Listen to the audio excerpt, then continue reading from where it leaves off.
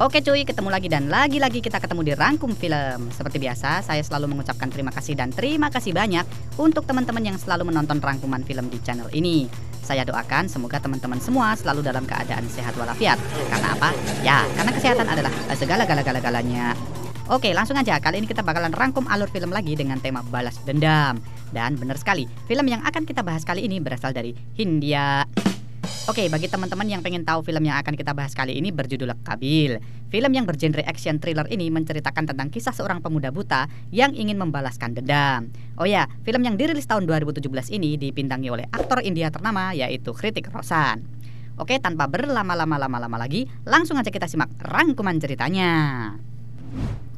Oke, langsung aja. Film ini diawali dengan diperkenalkan tokoh utama kita yaitu Rohan. Dia adalah seorang pemuda tampan yang memiliki kekurangan yaitu buta dari lahir. Namun di balik kekurangannya tersebut, Rohan diceritakan adalah seorang yang mandiri. Dia pun masih bisa melakukan segala macam pekerjaan rumah seperti bersih-bersih hingga goreng dok tanpa bantuan siapapun. Diceritakan pula, Rohan juga memiliki sebuah bakat yang unik, yaitu dia bisa menirukan bermacam-macam jenis suara. Dan berkat kemampuannya tersebut, Rohan akhirnya bisa mandiri dengan bekerja sebagai dapur film kartun. Sungguh kemampuan yang luar biasa. Singkat cerita, pada suatu hari Rohan diajak oleh saudaranya yang bernama Safar untuk dikenalkan kepada seorang gadis cantik bernama Supriya namanya. Kalau Supri mah anak elek Yatno. Oke lanjut, Supriya ini ternyata seorang gadis cantik yang memiliki kekurangan yang sama dengan Rohan, yaitu tidak bisa melihat sejak lahir. Saudara mereka pun sengaja mempertemukan mereka untuk menjodohkan mereka berdua. Singkat cerita, Rohan dan Supriya pun akhirnya sering menghabiskan waktu bersama. Rohan pun sering mengunjungi Supriya yang bekerja sebagai seorang pianis di sebuah tempat les menari dan aerobik ibu-ibu PKK. Meskipun pada awalnya Supriya terlihat menolak Rohan, namun Supriya akhirnya dibuat jatuh cintrong lewat ketulusan dan kebaikan hati Rohan si pemuda buta nan tampan. Keduanya pun akhirnya memutuskan untuk menikah. Pada awalnya, pernikahan Rohan dan Supriya nampak dipenuhi dengan kebahagiaan. Meskipun mereka buta, terlihat mereka sangat bahagia bisa hidup bersama.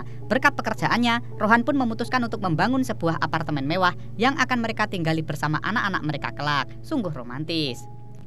Singkat cerita, pada suatu malam sepulang dari sebuah makan malam romantis, Rohan dan Supriya tiba-tiba dicegat oleh Amit dan Wasim. Mereka adalah duet pemuda pengangguran suka mabuk spiritus yang sering meresahkan warga. Di sana, Amit ternyata sengaja mencegat Rohan untuk menggoda Supriya. Amit si utek sempak yang kelewat birahi pun mencoba untuk mencolek pipi Supriya. Namun dengan refleksnya, Rohan yang terlihat sangat marah kemudian menggebok Amit si utek sempak.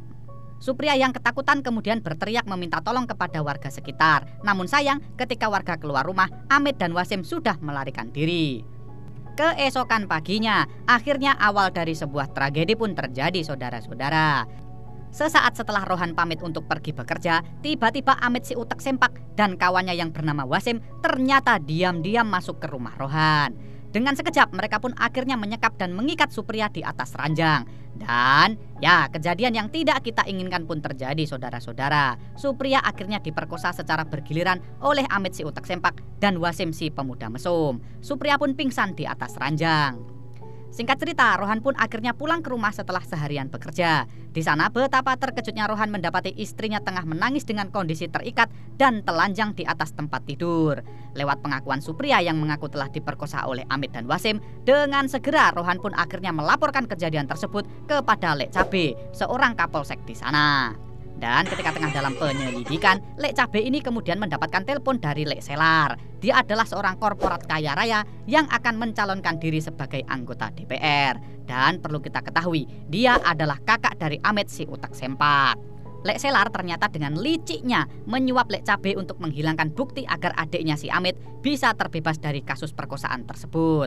Si Lek Cabe yang tak memiliki kuasa pun akhirnya menuruti perintahnya. Singkat cerita, karena visum dari rumah sakit harus dilakukan maksimal 24 jam, Rohan dan Supriya pun bergegas untuk melakukan visum ke rumah sakit untuk mengambil bukti agar si Amit utek sempak bisa segera ditahan.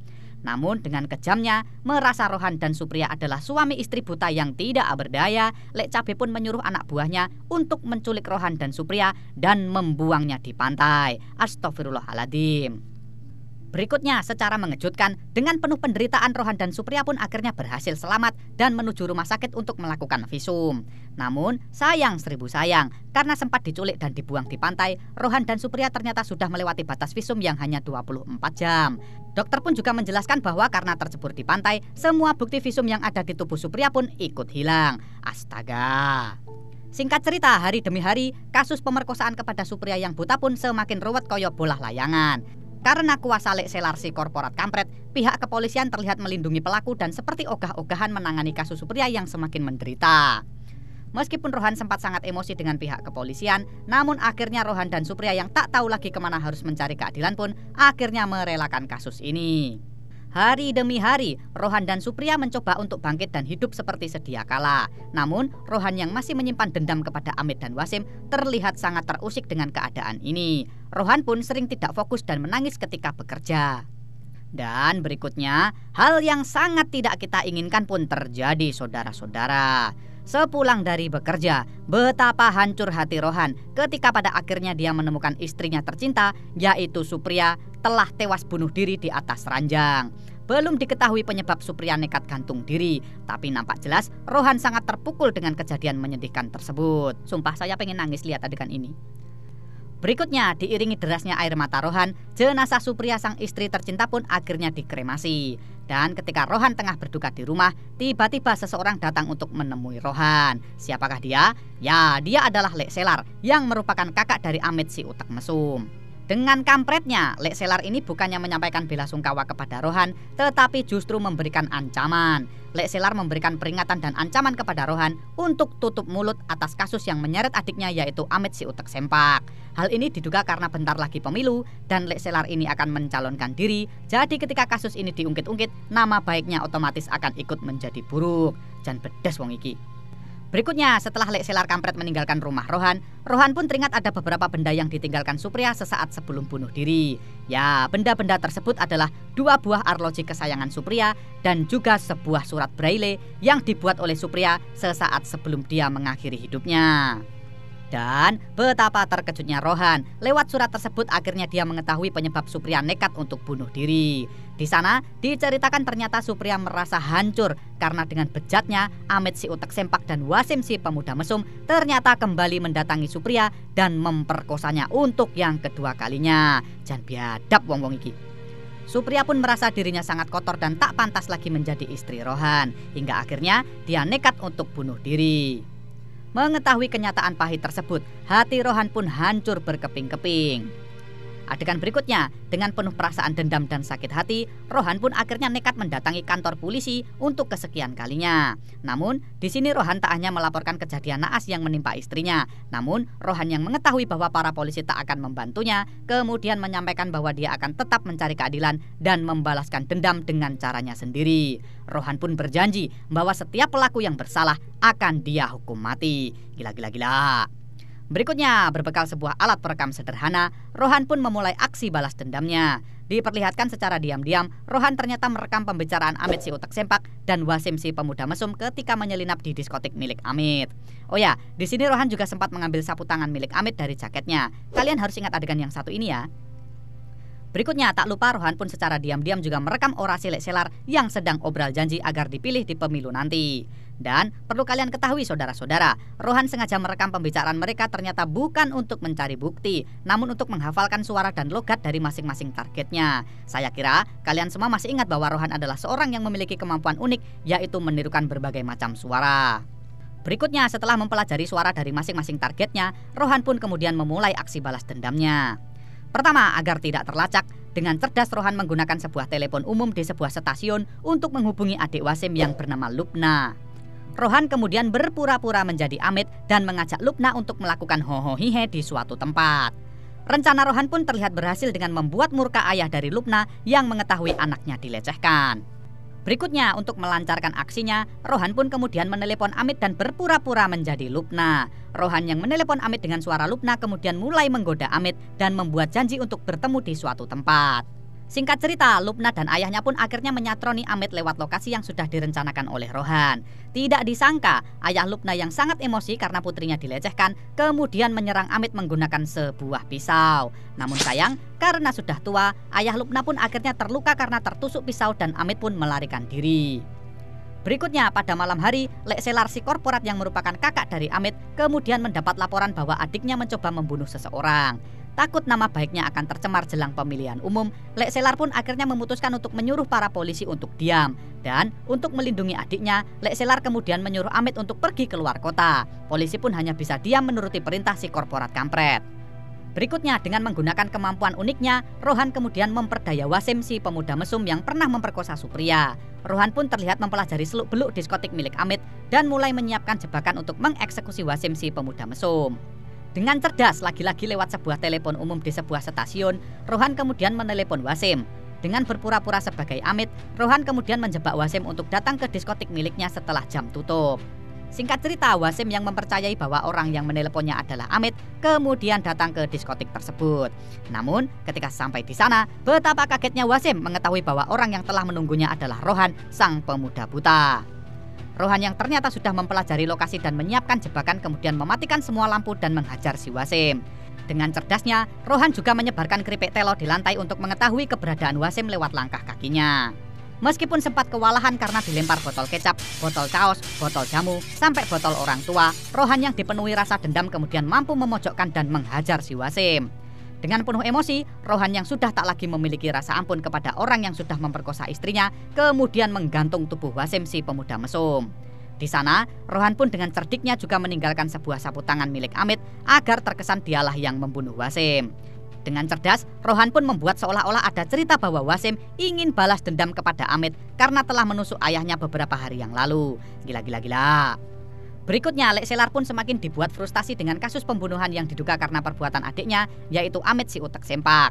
Karena Wasim ditemukan tewas di diskotik milik Amit, ditambah ditemukannya sapu tangan milik Amit di jasad Wasim, plus hubungan kurang baik antara Amit dan keluarga Wasim karena provokasi Rohan, polisi pun kini mulai menetapkan Amit sebagai tersangka. Namun sekali lagi, agar nama baiknya tidak tercoreng sebelum pemilihan umum, lagi dan lagi Lek Selar terus melindungi Amit dari kejaran polisi. Berikutnya, kembali menggunakan kemampuan uniknya untuk menirukan berbagai macam suara, Rohan kini mulai memperdaya Amit si utek sempak. Rohan yang saat itu berpura-pura menjadi anggota polisi, kemudian menjebak Amit untuk bertemu di suatu tempat. Rohan pun berpura-pura akan memberitahu siapa yang telah membunuh Wasim si pemuda mesum. Singkat cerita, Amit yang terperdaya oleh suara palsu Rohan pun akhirnya datang ke tempat yang telah dijanjikan, yaitu sebuah gudang tak terpakai. Di sana, ternyata Rohan sudah bersiap di balik pintu dengan membawa sebuah pipol ledeng untuk menggeplak kepala Amit. Dan ketika Amit akhirnya membuka pintu, tiba-tiba, tung tung tung, tak disangka-sangka, Amit ternyata masih memakai helm cakil bekas Honda Supra bapak yang sudah SNI. Alhasil, Rohan yang akhirnya ketahuan oleh si Amit kini dihajar habis-habisan. Singkat cerita, karena Amit memiliki fisik yang lebih sempurna, dengan sekejap Rohan pun akhirnya babak belur dihajar oleh Amit si utek sempak menggunakan sebuah pipol ledeng. Dan di sini, akhirnya kesombongan Amit pun membawa malapetaka kepadanya. Amit si utek sempak yang merasa fisiknya lebih sempurna dari Rohan, kemudian mengajak duel Rohan 1 lawan 1 dengan memberikan Rohan sebuah pipol ledeng. Dengan liciknya, agar tak terdeteksi oleh Rohan, Amit pun dengan sengaja melepas sepatunya agar langkah kakinya tidak terdengar. Namun, beruntunglah karena Rohan juga diberikan kelebihan di indera penciumannya, Rohan pun akhirnya bisa dengan mudah menemukan posisi Amit si utek mesum lewat bau kaos kakinya yang sudah kayak kentut gorila umur 5 bulan. Dan akhirnya, tung tung tung, Rohan dengan dramatis akhirnya berhasil mengalahkan Amit si utek mesum. Berikutnya, seakan mengulang kejadian apa yang telah dia lakukan kepada istrinya Supriya, Rohan kini terlihat mengikat kaki dan tangan Amit di lantai. Dengan cerdiknya, Rohan pun kemudian kembali menggunakan kemampuannya untuk memperdaya Lek Selar. Di sana, Rohan pun berpura-pura menjadi Amit dan meminta tolong kepada kakaknya untuk datang menyelamatkan dirinya. Dan akhirnya, Lek Selar pun masuk ke dalam jebakan Rohan. Berikutnya, kita pun akhirnya kembali melihat betapa besar kemarahan Rohan kepada Amit si utek sempak. Di sana, dengan penuh perasaan dendam, Rohan kemudian dengan sengaja membocorkan semua drum minyak hingga membasahi seluruh gudang termasuk tubuh si Amit. Rohan pun kemudian meletakkan sebuah lilin di balik pintu, berharap agar ketika Lek Selar datang membuka pintu, lilin akan menyambar minyak dan membakar mereka semua. Singkat cerita, Lek Selar bersama ajudannya pun akhirnya tiba di gudang di mana Amit disekap. Dengan penuh perasaan khawatir, Lek Selar pun mencoba masuk untuk menyelamatkan adik kesayangannya. Namun, ketika Lek Selar mencoba mendobrak pintu, tiba-tiba, boom, gudang tersebut akhirnya meledak dan terbakar. Berikutnya diperlihatkan ternyata Lek Selar dan ajudannya berhasil selamat dari ledakan gudang tersebut. Di sana Lek Selar yang bertemu dengan Lek Cabe pun akhirnya memintanya untuk mencari siapa pelaku pembunuh adiknya Amit. Tak segan-segan, Lek Selar pun akhirnya menjanjikan imbalan uang dan bengkok untuk Lek Cabe yang merupakan seorang kapolsek. Singkat cerita, meskipun sedikit sekali bukti yang mengarah kepada Rohan, Lek Cabe ternyata terus menyimpan kecurigaan kepadanya. Dan meskipun masih tak percaya bahwa yang melakukan semua rentetan pembunuhan berencana ini adalah orang buta, Lek Cabe ternyata tidak mau mengambil resiko untuk membiarkan Rohan leluasa begitu saja hingga mengancam keselamatan Lek Selar jelang pemilihan umum. Hingga akhirnya, sambil mengumpulkan bukti, Lek Cabe pun memerintahkan anak buahnya untuk mengawasi rumah Rohan selama 24 jam. Meskipun diawasi puluhan petugas polisi, ternyata Rohan tak pernah kehabisan ide untuk membalaskan dendamnya. Di sana dengan cerdik, Rohan kemudian menelepon saudaranya Safar untuk mengalihkan perhatian petugas. Dan melalui kepulan asap fogging demam berdarah suruhan saudaranya, Rohan kemudian menyelinap menaiki sepeda bersama anak tetangganya. Karena tak mungkin merasa orang buta bisa mengendarai sepeda, para polisi pun akhirnya berhasil dikelabui oleh si Rohan. Gila. Berikutnya setelah berhasil mengelabui polisi, Rohan kembali menuju stasiun untuk menelepon target terakhirnya, yaitu Lek Selar. Di sini dengan tak lagi berpura-pura menjadi orang lain, Rohan dengan beraninya kemudian menantang duel Lek Selar di suatu tempat. Lek Selar yang merasa diremehkan orang buta pun meladeni tantangan Rohan tersebut untuk membalaskan dendam adiknya yang tewas. Singkat cerita, Lek Selar dan Rohan pun akhirnya sampai di sebuah bangunan yang dijanjikan. Dan kalau kalian ingat, bangunan ini adalah calon rumah baru yang dibuat Rohan untuk istrinya Supriya, sebuah tempat yang sangat pas untuk balas dendam. Di sini tanpa babi bu, Rohan yang tepat berada di depan mata Lek Selar kemudian langsung mengajak mereka untuk gelut. Dan ketika ajudan Lek Selar mencoba menangkap Rohan, tiba-tiba bles, anak buah Lek Selar justru jatuh ke sebuah lubang lift yang berada di bangunan tersebut. Sekedar informasi, karena Rohan sering berkunjung ke sini, secara otomatis meskipun tak bisa melihat, ternyata Rohan mampu menghafal seluk-beluk ruangan tersebut. Gila. Berikutnya, adegan pergelutan antara Lek Selar dan Rohan pun berlangsung sengit. Saling antem, saling saduk, saling dumpal pun terus terjadi. Meskipun sempat kewalahan karena tak bisa melihat, pada akhirnya Rohan pun mengeluarkan jebakan terakhirnya. Ya, di saat-saat genting, Rohan kemudian tiba-tiba menarik Lek Selar untuk terjun bebas dari atas gedung yang sangat-sangat tinggi. Namun, karena Rohan lebih dulu mengaitkan dirinya pada sebuah tali, Lek Selar pun akhirnya tewas terjatuh dari gedung tersebut. Alibi yang Rohan buat agar Lek Selar terkesan bunuh diri karena kehilangan adiknya pun berjalan sempurna. Gila. Singkat cerita, keesokan harinya, Lek Cabe si kapolsek pun akhirnya bertemu dengan Rohan di tepi pantai. Di sana, lagi-lagi, Lek Cabe masih menyimpan kecurigaan kepada Rohan sang pemuda buta bahwa dialah orang yang bertanggung jawab atas tewasnya Wasim, Amit, dan Lek Selar si korporat bedes. Namun dengan wajah memelas, Rohan pun terus menyanggah tuduhan Lek Cabe. Berikutnya, merasa bahwa setiap kejahatan pasti meninggalkan jejak, Lek Cabe yang sudah melakukan penyelidikan kepada Rohan pun akhirnya menemukan lokasi di mana dia sering menggunakan telepon umum untuk memperdaya korbannya. Dan ketika nanti Lek Cabe berhasil menemukan para saksi, maka Rohan akan mendekam di penjara. Waduh. Berikutnya, Lek Cabe pun dengan penuh semangat kemudian menuju stasiun tersebut. Dan ketika Lek Cabe mencoba menanyai saksi apakah Rohan pernah berada di sana beberapa waktu yang lalu, tiba-tiba, boom, seorang penjaga telepon umum di stasiun tersebut ternyata juga orang buta, saudara-saudara. Meskipun jelas sekali Rohan sering menggunakan telepon umum tersebut, namun sayang sekali, saksi yang tidak bisa melihat tersebut sama sekali tak bisa mengenali Rohan. Selain tidak bisa melihat, penjaga telepon umum tersebut jelas tidak bisa mengingat suara Rohan karena dia juga menggunakan bermacam-macam suara ketika memperdaya korbannya. Gila. Adegan berikutnya, di akhir film, kita diperlihatkan Rohan akhirnya bisa dengan ikhlas merelakan kepergian istrinya tercinta yaitu Supriya. Merasa tugasnya telah selesai dengan membalaskan dendam kepada semua musuh-musuhnya, sambil menangis, Rohan pun kemudian menebar abu kremasi istrinya Supriya di laut. Film pun selesai. Oke cuy, itu dia rangkuman film kita kali ini. Sebuah film yang memberikan banyak pesan kepada kita semua bahwa seperti apapun keadaan seseorang, kita tidak boleh menghina mereka ataupun mencelakai mereka. Karena apa? Ya, karena tidak jarang karma akan datang dengan cara yang sangat-sangat kejam. Oke, saya ucapkan terima kasih banyak buat teman-teman yang sudah menyimak rangkuman filmnya sampai selesai. Jangan lupa like, share ke teman-teman, keluarga, dan tinggalkan komentar jika kalian suka. Salam sehat, hindari maksiat, dan sampai jumpa di rangkuman berikutnya. Dadah!